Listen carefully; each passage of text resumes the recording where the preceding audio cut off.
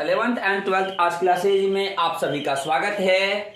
जैसा कि हम लोगों ने इससे पहले विभिन्न बिंदुओं पर चर्चा किया था, आज हमारी बिंदु है अर्थात आज हमारा जो मुख्य प्रकरण है वो है दयानंद सरस्वती।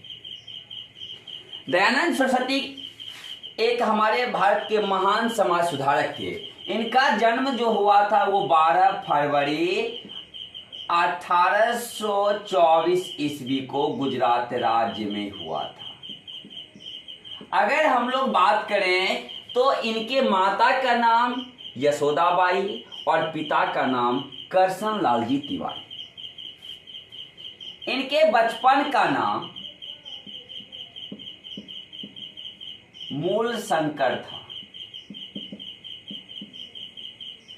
जब ये मूल शंकर नाम से जाने जाते थे तो तब की एक घटना है और वो घटना है हिंदू धर्म के प्रमुख देवता शिव के आधारित, यानी शिवरात्रि।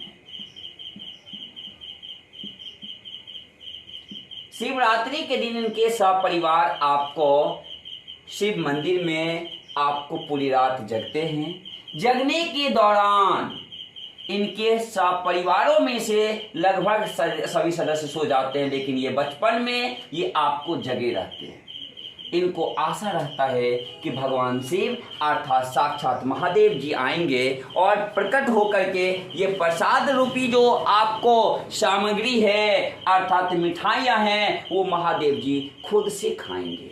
बचपना था, बचपनों में ऐसी सोच थी और ये साक्षात महादेव जी का दर्शन करने के लिए भी जगे हुए थे, लेकिन महादेव जी नहीं आए। अर्थात उन्होंने देखा कि इस मूर्ति के पास से एक चूहा जो है आपको खा रहा था मिठाई खाते देख करके ये अचंभित हो गए कि साक्षात महादेव जी अपने ही प्रसाद का अर्थात अपने ही पास के भोजन का अर्थात अपने ही पास चढ़ाए हुए सामग्री का रक्षा नहीं कर पाए, तो मैं इनको क्यों पूजूं, मैं इनका उपासना क्यों करूं। इसलिए उन्होंने अपने पिताजी लालजी तिवारी से विवाद कर बैठे क्या पिताजी मैं इनका पूजा क्यों करूं, क्योंकि इनके सामने सामग्री रखा हुआ सामग्री को चूहा खा जाता है, तो मैं ये हमारा रक्षा क्या करेगा जो खुद के आगे रखे हुए प्रसादी का रक्षा ना कर पाए। इसके लिए इनको अपने पिताजी से विवाद भी हुआ। कुछ ही समय के बाद इनकी बहन और इनके चाचा का देहांत हो जाता है। अब ये मृत्यु और जन्म के बातों पर भी आपस में आपको पिताजी से आपको कुछ बातों पर चर्चा किए। इसके माता और पिता को इस बात का आपको टेंशन होने लगा कि मेरा बेटा को क्या हुआ है, ये विभिन्न रहस्य की बात करने लगते हैं। इसी के साथ आपको इसकी मानसिकता जब बदल रही होती है तो इसके माता और पिता ने एक योजना बनाया कि इसकी मानसिकता को एक सामाजिक स्वरूप में ढालने के लिए मैं इनका क्यों ना शादी कर दूं। शादी की बंधन में ये जब बंध जाएंगे तो इनको लगेगा कि जीवन क्या होता है, लेकिन इन्होंने शादी से इनकार कर दिया। इन्होंने कहा कि मैं शादी नहीं करूंगा और शादी नहीं किया और ये सत्य की खोज में निकल पड़े 1846 ईस्वी। जब सत्य की खोज में निकल पड़े इसी दौरान इनका मुलाकात हुआ बिरजानंद दंडिश से। जब बिरजानंद जी से मुलाकात हुआ तो ये इनके गुरु हुए और इन्होंने इनको वेद की शिक्षा भी दिया और भी शिक्षा दिया। तो वेद की शिक्षा प्राप्त करने के बाद बिरजानंद जी ने इनसे गुरु दक्षिणा मांगा। गुरु दक्षिणा, हर गुरु चाहते हैं कि हमारा शिष्य कुछ करे, कुछ अच्छा बने। इस वजह से बिरजानंद जी ने इनसे कहा गुरु दक्षिणा में मुझे कुछ न चाहिए, तुमने जो हमसे शिक्षा प्राप्त किया है, तुमने जो हमसे ज्ञान प्राप्त किया है वो ज्ञान समाज में दो और तुम अच्छे आपको वेद को समझाओ, वेद क्या है, इन सब विभिन्न बातों को समाज में तुम फैलाओ, यही हमारा गुरु दक्षिणा है। इन्होंने गुरु दक्षिणा में देने के लिए अर्थात गुरु के उन शिक्षा के बदले गुरु दक्षिणा देने के लिए इन्होंने आपको वेद की शिक्षा और वेद का ज्ञान समाज में देने के लिए निकल पड़े। कहा जाता है, हम आपको पहले इनकी बिंदुओं से हट के एक बात करते हैं। ये मानते हैं हमारी एक नदी है सिंधु नदी, जो हमारे भारत के पश्चिम में अभी वर्तमान में ये अधिकांशतः पाकिस्तान में बहती है। ये आपको सिंधु नदी, जब हमारे सिंधु नदी के आपको इस पार के लोग, हम लोग पहले कहेंगे अरब के लोग, अरब के लोग, तो हम लोग इसको मानेंगे ये पूर्व का इलाका और ये पश्चिम का इलाका। तो पश्चिम से पूर्व की ओर, पश्चिम से पूर्व की ओर को आपको 5वीं तथा 5वीं शताब्दी में, शताब्दी यानी पूर्व, यानी ईसा पूर्व की मैं बात कर रहा हूं, ये बात मैं कर जो रहा हूं ये ईसा पूर्व की बात है, जब ईसवी प्रारंभ नहीं हुई थी उस समय की बात है। आपको पहले अल हिंद कहा,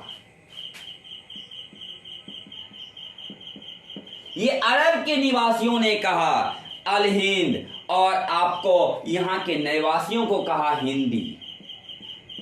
बाद में आपको तुर्की निवासी ने यहाँ के लोगों को कहा अर्थात हिंदू, और हिंदू से यहाँ के स्थान को कह दिया हिंदुस्तान, और हिंदुस्तान से यहाँ की भाषा हो गई हिंदी। अर्थात धीरे धीरे इस हिंदू शब्द का मुख्य अगर बात की जाए तो इसका संबंध इसी सिंधु नदी से है, जो आपको आज वर्तमान में अधिकांशतः पाकिस्तान में बहती है। इस सिंधु नदी से ही ये हिंदू शब्द की उत्पत्ति मानी जाती है, और कहा जाता है कि दयानंद सरस्वती ने कहा कि हम सबों को हिंदू शब्द की प्रयोग अपने धर्म के लिए नहीं करना चाहिए, हम सब सदस्य अपना धर्म सनातन धर्म लिखवाएं, हम सभी सदस्य जो हैं आपको सनातन धर्म लिखवाएं, लेकिन हिंदू ना लिखवाएं, क्योंकि हिंदू शब्द जो एक अर्थ होता है, अगर फारसी शब्द में इसका अर्थ बताया जाए तो इसका अर्थ डाकू या चोर होता है। जब आपको इन्होंने कहा कि फारसी में इसका अर्थ डाकू और चोर होता है, तो हम हिंदू का प्रयोग ना करके सनातन धर्म का प्रयोग करें, तो इनके बातों पर वाद विवाद भी हुआ, लेकिन इन्होंने वेद आधारित ज्ञान को देने के लिए निकल पड़े थे, क्योंकि विरजानंद जी ने इनसे मांग किया था गुरु दक्षिणा का, और कहा था कि वेद का ज्ञान समाज में फैलाओ। तो वेद जो आपको उसका अर्थ ज्ञान भी होता है, अगर शाब्दिक अर्थ बात करें, नहीं तो हिंदू धर्म का प्राचीन ग्रंथ होता है। जब ये निकल पड़े, शिक्षा देने लगे, लोगों को जानकारी देने लगे, और आपको इस प्रकार से जब निकल पड़े, तो आगे चल करके इन्होंने मुंबई में 1875 ईस्वी में आर्य समाज की स्थापना किया।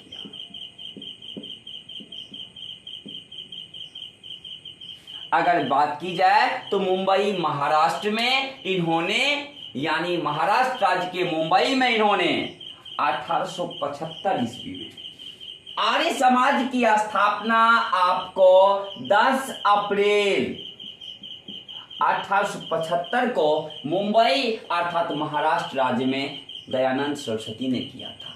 इनका नाम पूरा अगर हो गया तो वो नाम हुआ महर्षि स्वामी दयानंद सरस्वती, और इस प्रकार से इन्होंने समाज के लिए विभिन्न प्रकार के कार्यों में आपको योगदान किया। इन्होंने नारा भी दिया, वेदों की ओर लौटो। इनका प्रमुख एक नारा था, वेदों की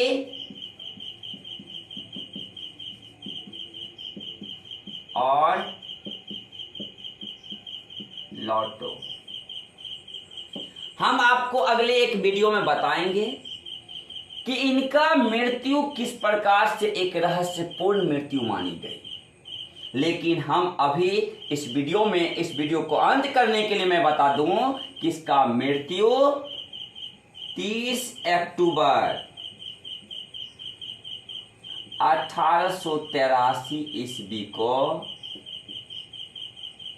अजमेर में हुआ था। अजमेर, आप हमें कमेंट के माध्यम से बताएं कि अजमेर किस राज्य में है। अर्थात अजमेर के एक अस्पताल में इनका देहांत हो गया और इसके मृत्यु का मैं एक रहस्य बताऊंगा।